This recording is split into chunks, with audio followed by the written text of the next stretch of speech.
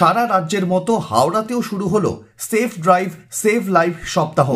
মঙ্গলবার হাওড়া স্টেশনে Howrah station traffic গার্ডের উদ্যোগে এই সেফ ড্রাইভ সেভ লাইফ কর্মসূচির আনুষ্ঠানিক উদ্বোধন করেন হাওড়ার পুলিশ কমিশনার প্রবীণ কুমার ত্রিপাঠী। এদিন রেল মিউজিয়ামে হওয়া এই অনুষ্ঠানে হাওড়া সিটি পুলিশ ও রেল পুলিশের পদস্থ কর্তারা উপস্থিত ছিলেন।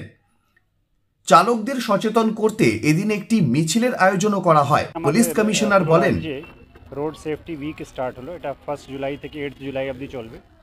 তো আমরা তো এমনি পুরো বছর সচেতনতামূলক প্রোগ্রাম করতে থাকি।